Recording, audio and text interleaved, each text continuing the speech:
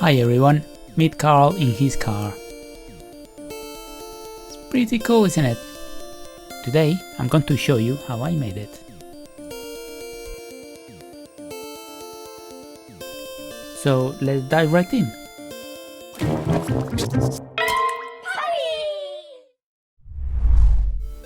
I normally start with an object that I find interesting and becomes the starting point for the project. But in this occasion, I already know what I want to do. I always wanted to make a car and have a character sitting on it. I've got this broken toy I picked up at a car boot sale some time ago, just for this very purpose. I'm going to use the case of a mains adapter for the front part of the car. Then I started looking for pieces to attach around it, and I found a rather peculiar one. Once upon a time, this used to be a keyboard vacuum cleaner. It happened to be the right size for the part I already had, with a bit of an overhang for the backrest.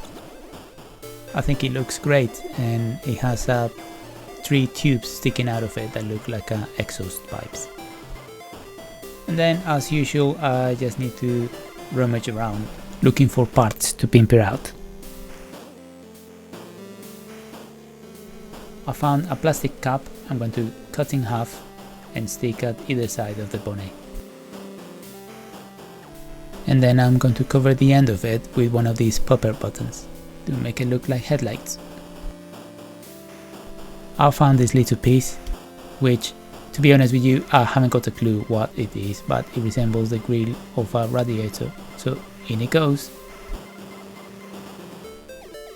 Now I have to cut the back of the case to make it flat, so I can attach the vacuum cleaner part. And then I need to cut a hole for the driver to sit in. Please note that this time I did remember to wear my gloves. Yay!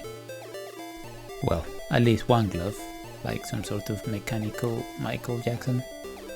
I've got this magnifying glass that came out of an old camera I'm going to use as a windscreen. Ignore it for now because I will change my mind in a minute and realize I put it in too soon. And it's also too close to the driver, so there's no room for his steering wheel.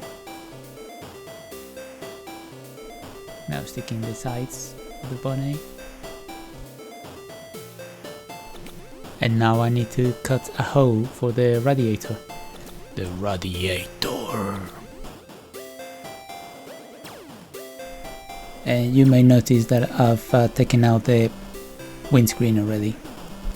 But don't worry, that's not going anywhere. That's coming back a bit later. License plate, perhaps? Now, these things I'm trying on the sides are handles from an old film editing machine. To fix the wheels, I'm going to use these bits of wood.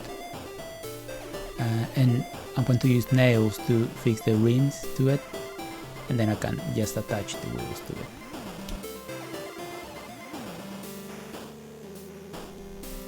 The wheel bits are ready. I gave them a coat of silver paint. I think they look good and they're ready to be attached to the bottom of the car.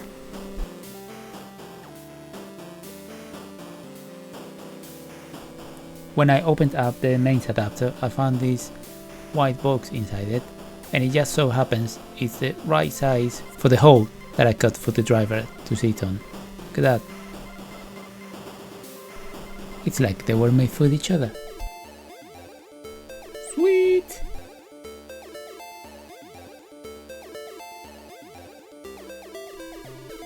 Now, before I make a mess of everything I've done so far, I thought it's time to go to the sketchbook.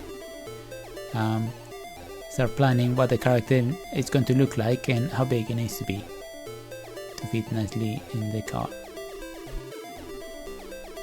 Again, really big hands as usual, and holding a tiny steering wheel, and I got just the right part for it.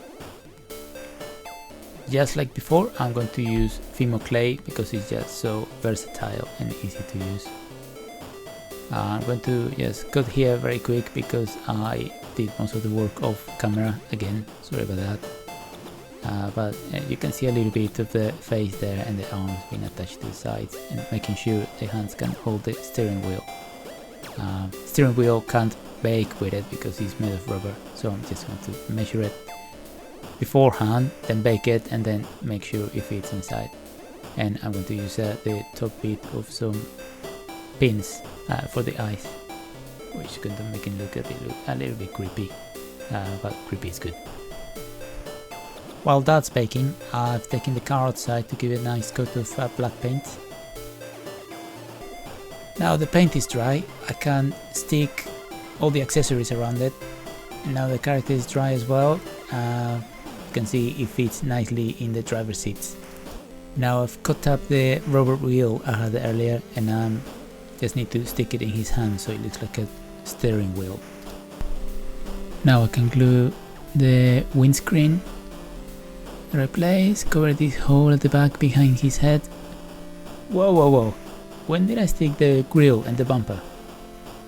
Oh well, I guess that's that. There it is. Now I need to fix the headlights. Now I'm going to use these handles to attach the hind wheels, the back wheels, and I'm going to use one of these springs to cover the wood that's connecting both wheels. There you go, very neat. The radiator grille is looking a little messy around the edges, so I'm going to cover it with a bit of thick wire. Finally, I can attach the front wheels and lots of bits and bobs all around it to make it look more detailed. And for the finishing touch, I'm making a hat for Carl. I'm going to use self-hardening clay, so I don't have to bake it, and I'm going to use the tops of pins for eyes. And before I can say it's finished, I'm using the rotary tool to soften the edges and clean it up a little bit. Once I've done this, I think Carl is ready to drive into the sunset. On his own, I'm afraid. Sorry, Carl. Carl's car is finally ready. I hope you enjoyed it, and I hope to see you again soon. Well, I won't see you.